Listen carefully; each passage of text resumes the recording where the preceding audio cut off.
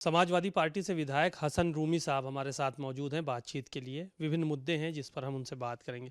Sir, कुंभ को लेकर सरकार की तरफ से कहा जा रहा है कि व्यवस्थाएं हम लोग चाक चौबंद कर रहे हैं और कल कुछ दिशा निर्देश दिए गए हैं। कई अफसरों को लगाया गया, 27 अफसरों को भेजा गया है नए सिरे से वहाँ पर।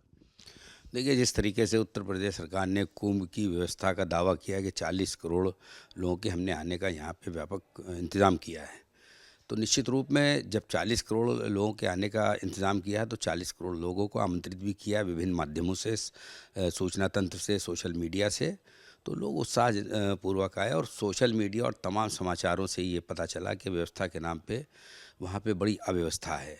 जिस तरीके से लोगों की चप्पलें, लोगों के कपड़े, लोगों की गंदगी सब कुंभ के किनारे, गंगा जी के किनारे बह रही थी और लोग उसमें स्नान कर रहे थे। तो ये व्यवस्था पे एक बड़ा सवाल है और इसी सवाल को देखकर जिस तरीके से भगदड़ मची, लोग मिसिंग हुए, आंकड़े जो भी हों, लेकिन ये अच्छी बात नहीं है। जब इतना बड़ा स्नान हो रहा है तो वैसी व्यवस्था भी होनी चाहिए। और आपका, क्योंकि इसको इन लोगों ने पॉलिटिकलाइज कर दिया था, इसको राजनीतिक कर लिया था और राजनीतिक लाभ उठाने के लिए धार्मिक प्रचार का आयोजन किया गया। ये कुंभ का मेला ना होकर राजनीतिक रूप इसको देने का प्रयास किया गया और इसको राजनीतिक लाभ के उद्देश्य से विभिन्न माध्यमों से इसका प्रचार प्रसार किया गया। मुख्यमंत्री योगी आदित्यनाथ ने प्रयागराज के लोगों का धन्यवाद दिया है जिन्होंने श्रद्धालुओं की मदद की और कहा कि वो लोग सब बधाई के पात्र हैं।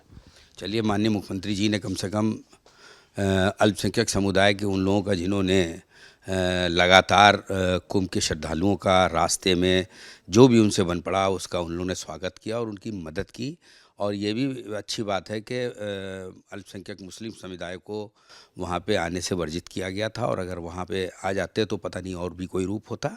लेकिन जहाँ पे मुस्लिम समुदाय ने जो भी उन लोग की मदद की, जो भी उन लोगों का स्वागत किया, मैं उन सबको भी बधाई दूंगा। और ये हमारे देश की एकता, अखंडता और यही हमारे देश की खूबसूरती है कि हम लोग एक दूसरे के आयोजनों में उनका साथ दें, उनका स्वागत करें और उनके साथ कंधे से कंधा मिलाकर चलने का प्रयास करें। यद्यपि राजनीतिक माहौल कुछ भी कराए, लेकिन जो भी मुस्लिम अल्पसंख्यक समुदाय है उन्होंने अपने इबादत गाहों के दरवाज़े खोल दिए, उन्होंने दरगाहों के दरवाज़े खोल दिए, उन्होंने मज़ारों के दरवाज़े खोल दिए।